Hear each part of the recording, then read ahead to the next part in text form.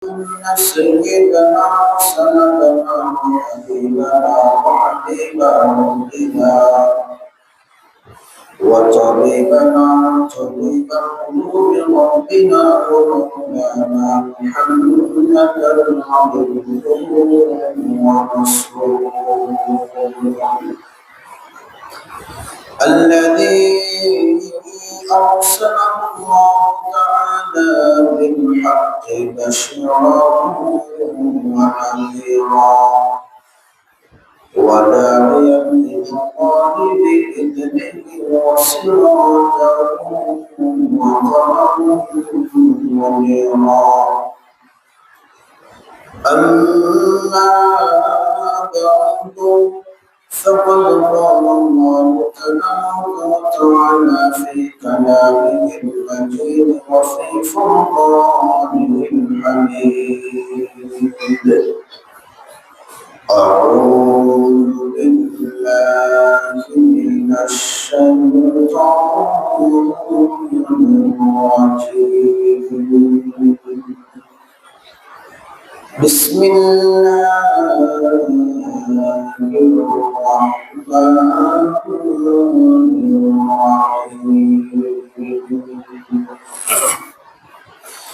قل يا أيها الكافرون لا أعبد ما تعبدون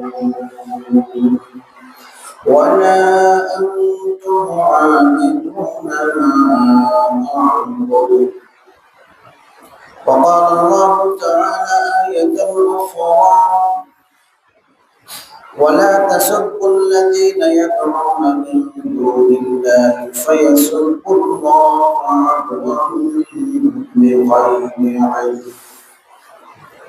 وقال رسول الله صلى الله عليه وسلم اجتنبوا أعداء الله في عيدهم اليهودي والنصارى المجوس أو كما قال عليه الصلاة والسلام وقال الله تعالى في شأن حبيبه مخبرا صلى الله عليه وسلم إن الله وملائكته يصلون على النبي يا أيها الذين آمنوا صلوا عليه وسلموا تسليما شكر زمان اللهم صل على محمد وعلى آل محمد كما صليت على إبراهيم وعلى آل إبراهيم إنك حميد مجيد اللهم بارك على محمد وعلى آل محمد كما باركت على إبراهيم وعلى آل إبراهيم إنك حميد مجيد بلغ العلا بكماله كشف الدجى بجماله فسلت جميع خصاله صلوا عليه وآله نحن خالدات فلا نبيت نحن خالدات فلا نبيت ونحن الناعمات فلا نبأس ونحن الناصيات فلا نسخط طوبى لمن كان لنا وكنا له طوبى لمن كان لنا وكنا له আলহামদুলিল্লাহ আল্লাহ রাব্বুল আলামিন আলিশান দরবারে কালিমাতুশ শুকর আদায় করি যে মহান রব্বুল আলামিন কোন পবিত্র জুমার দিন, গুনাহ মাফের দিন, দোয়া কবুলের দিন, দুনিয়ার সমস্ত ঝামেলা থেকে, সকল প্রকার গুনাহ থেকে মুক্ত করে, সকল প্রকার ফিতনা থেকে হেফাজত করে আল্লাহ রাব্বুল আলামিনের ঘরে আসার বসার, আল্লাহ তাআলার ঘরের মেহমান হওয়ার মতো যোগ্যতা তৌফিক দান করেছেন, মানসিক শারীরিক সুস্থতা দান করেছেন। এই ঈমান আমলের মধ্যে আল্লাহ তাআলা এখন পর্যন্ত করার মতো যোগ্যতা তৌফিক দান করেছেন। সব কিছু মিলে আল্লাহ তাআলা শুকরিয়া আদায় করি, কালিমাত শুকর করি, আলহামদুলিল্লাহ। সম্মানিত মুসলমান, আল্লাহ রাব্বুল আলামিন পৃথিবীর জমিনে আমাদেরকে পাঠিয়েছেন একমাত্র তার গোলামি করার জন্য, তার দাসত্ব করার জন্য, তার হুকুম আহকাম পালন করার জন্য। কোরআনের মধ্যে আল্লাহ তাআলা বলেন, ইয়া আইয়ুহাল্লাযীনা আমানু আতিউল্লাহ ওয়া আতিউর রাসূল ওয়া উলিল আমরি মিনকুম। আল্লাহ রাব্বুল আলামিন শুধুমাত্র ঈমানদারদেরকে ডাক দিয়া বলেন, হে ঈমানদারগণ, আতিউল্লাহ, একমাত্র আল্লাহ তাআলার অনুসরণ করুন, ওয়া আতিউর রাসূল, আর আমার বন্ধু মুহাম্মদ রাসূলুল্লাহ সাল্লাল্লাহু আলাইহি ওয়াসাল্লামের অনুসরণ করুন। কোরআনের এক আয়াতের মধ্যে আল্লাহ রাব্বুল আলামিন বলেন, কুল ইন কুনতুম তুহিব্বুনাল্লাহা ফাত্তাবিউনি ইউহিব্বুকুমুল্লাহ ওয়া ইয়াগফির লাকুম যুনুবাকুম ওয়াল্লাহু গফুরুর রহিম। আল্লাহ রাব্বুল আলামিন বলেন, আমার রাসূলের অনুসরণ কিভাবে করবে, আমার রাসূলের আনুগত্য কিভাবে করবে, আল্লাহ তাআলা বলেন, কুল ইন কুনতুম তুহিব্বুনাল্লাহ। আল্লাহ রাব্বুল আলামিন বলেন, যদি তোমরা আল্লাহ তাআলার ভালোবাসা পেতে চাও, আল্লাহ তাআলার মুহাব্বত, আল্লাহ তাআলার নৈকট্য অর্জন, আল্লাহ তাআলার জান্নাত, আল্লাহকে সন্তুষ্ট যদি করতে চাও, ফাত্তাবিউনি, রাসূলকে বলতে বলেন যে তুমি বলে দাও যেন তোমাকে তারা সকলে মানে।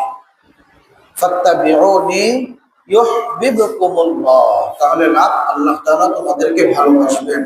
সুবহানাল্লাহ।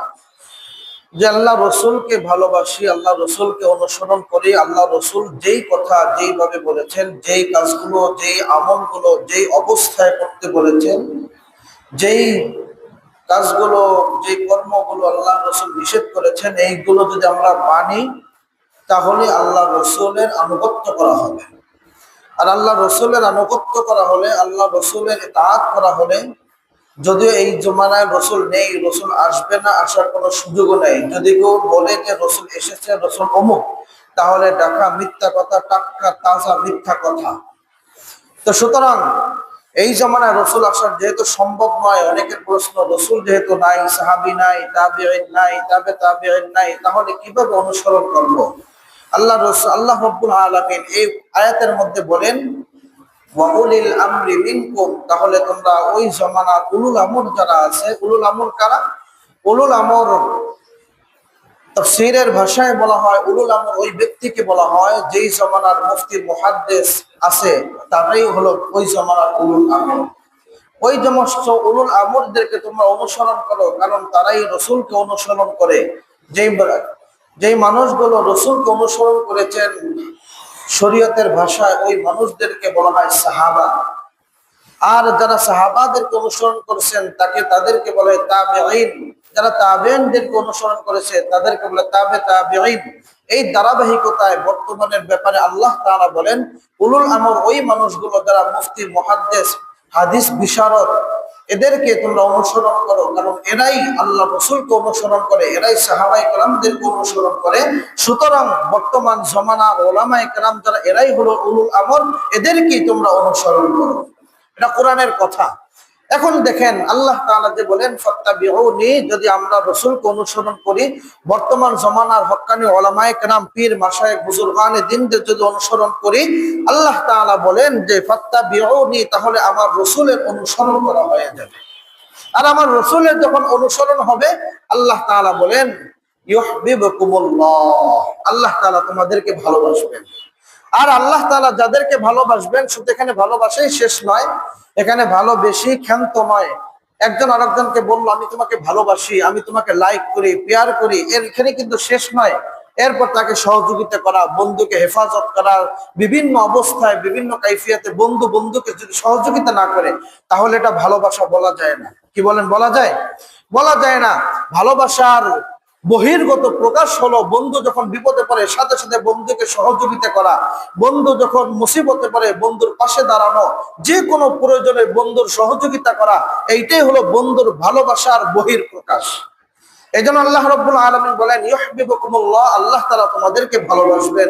এখানে ভালোবেসেই শেষ নয়, ওয়া ইয়াগফির লাকুম, তোমাদেরকে আল্লাহ তাআলা ক্ষমা করে দিবেন। যুনুবাকুম, তোমরা এই ভালোবাসার আগ পর্যন্ত, এই আনুগত্যের আগ পর্যন্ত, অনুসরণের আগ পর্যন্ত যত অন্যায় করেছো, যত গুনাহ করেছো, যত অপরাধ করেছো, তোমার অপরাধটা যদি আসমানের আকাশ সমতুল্য যদি হয়ে থাকে, সমুদ্রের ফেনা সমতুল্য যদি হয়ে থাকে তোমার অপরাধ, যদি তোমরা শিরিক করে না থাকো, আল্লাহ তাআলা বলেন তোমার জীবনের যত গুনাহ আছে আল্লাহ তাআলা সমস্ত গুনাহ মাফ করে দিবেন। এখানে মাফ করে দিয়ে এখান তো না, ওয়াগফির লাকুম যুনুবাকুম, আল্লাহ তাআলা আবার বলতেছেন তোমার আল্লাহ কিন্তু মাফ করার মতো ক্ষমতা রাখে, ক্ষমা করার মতো যোগ্যতা রাখে, ক্ষমা করার মতো শক্তি রাখে, কুওয়াত রাখে। এর জন্য আল্লাহ তাআলা বলেন আল্লাহু গফুরুর রহিম। এই তুমি জেনে রাখো, যিনি বলতেছেন তিনি তো গফুরুর রহিম, তিনি ক্ষমা করে নেওয়ালা, তিনি মাফ করে নেওয়ালা, তিনি তোমাদেরকে তোমার জীবনের গুনাহ মাফ করে দিয়ে মুহূর্তের মধ্যে, সেকেন্ডের ভিতরে জান্নাতের অধিবাসী বানায় দিতে পারে। পারে কিনা বলেন?